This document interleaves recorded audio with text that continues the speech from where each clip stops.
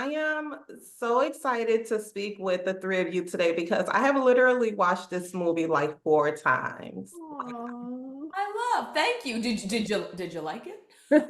Loved it. I loved it. And I just feel like the timing of it is impeccable, not only for like the younger generation that are like lost, but it's so centered around, well, not necessarily centered around culture, but let's be clear, there is a culture that's being highlighted Mhm. throughout this project.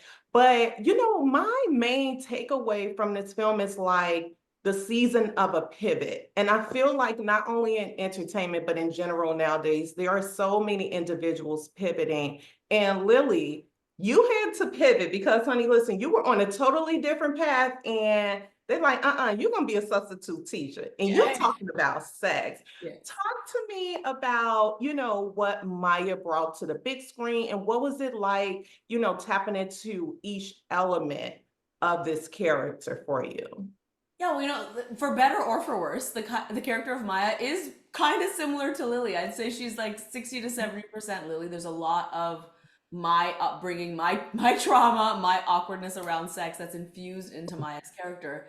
And I see myself in her in so many scenes, when she's awkward in front of her students because she thinks they know more than her, when her best friend is like, "You're still a virgin." I've been in similar predicaments like that multiple times in my real life, which is why I wanted to make this movie, because it's a little love letter to little Lily and to other girls maybe that didn't get the talk and didn't have sex ed. But what I love about Maya and seeing her on the big screen is, growing up when we watched sex comedies, they were very male centric for the most part. They usually featured one type of person that looked one type of way. And if there was a virgin, the virgin was often the butt of the joke.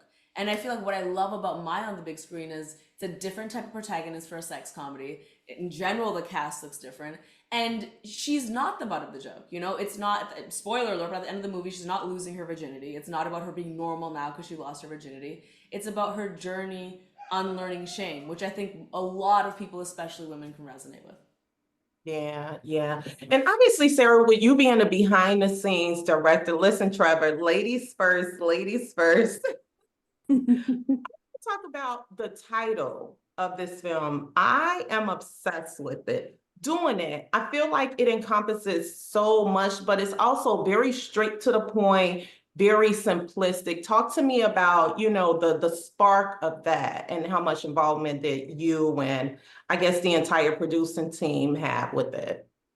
Well, the original writer Neil Patel had named the movie "Doing It," and that was something that never changed. We did so many scripts, so many drafts of the screenplay, but the title always stuck because I think it was inspired by the music, the soundtrack, or the song "Doing It," but also it just encompasses so much of what Maya's doing. Maya's, she's bold and she's searching and she's coming of age and she's doing it with her ambition. She's doing it with her sexuality. She's doing everything and she's trying to figure out who she is. And so I think it's also just like a fun title.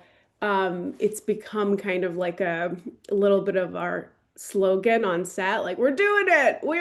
Even on the tough days, we would just like use the title to get us through. So I think it just embodies so many of the themes that the movie's trying to tackle, not just around sex and sexuality, and sex education, but also about navigating one's like ambition and drive. Yeah, no, I love that. Thank you so much, Sarah. Trevor, Lily mentioned something about, a love letter to her younger self. Hmm. And your character, I mean, we need to see a more of Alex, especially in 2025, because listen, this younger generation, these young men, they are just completely lost. And what I like, they're just out of it, right? They really are. What I like most about Alex is the way in which you handled Maya. You handled her with such, gentleness, respect. Even when, she was, a little spoiler alert, drinking a little bit too much and kind of out of her body, you still handled her like a lady. So that leads me to ask, like, ultimately, what is it that you would like for the younger generation to gain and to learn from your character? Yeah, I mean, respect. with the capital R. You know, that's really the function I think of Alex's character is that everybody goes at their own pace. You know, everybody figures out not just sex, but everything in life at their own pace. And, you know, you can't force anybody into things that they don't want to do or aren't ready for yet. And I think what's so beautiful about the way that Alex is written, he's very much into her for who she is.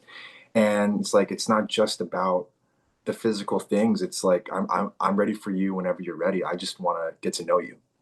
And I think, you know, we could use a little bit more of that. It's like, let's just take our time and get to connect on a personal and emotional level.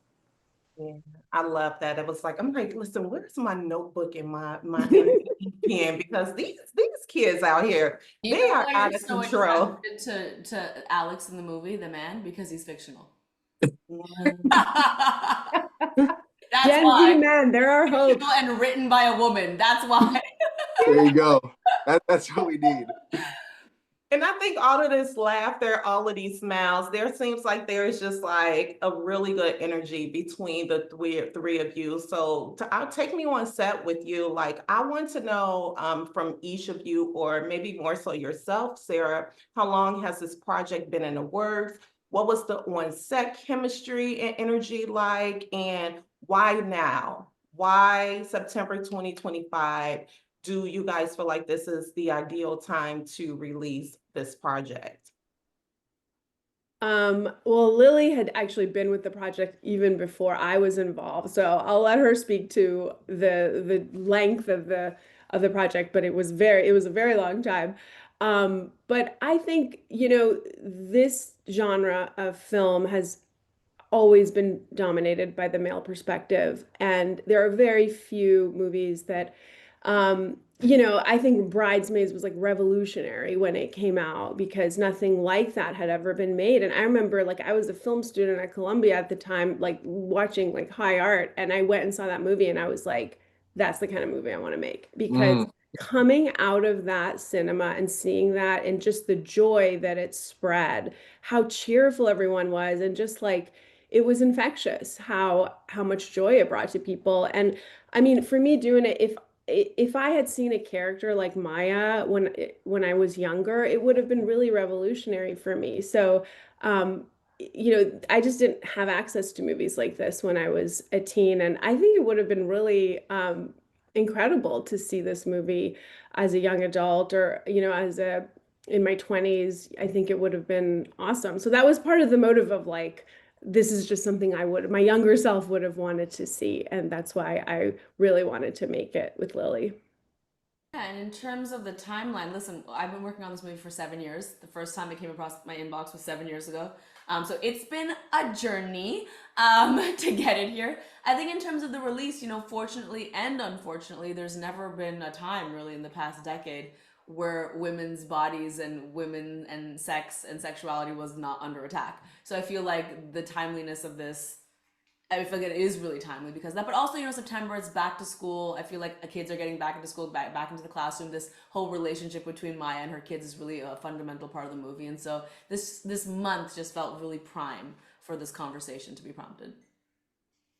And obviously, this film also encompasses a tremendous amount of family values. You know, those things that we are taught, especially as young girls. I'm sure for you as well, Trevor, but especially for young girls, you know, when it comes to sex and, you know, your menstrual cycle and liking boys. And it's just like this huge sin and it's so frowned upon.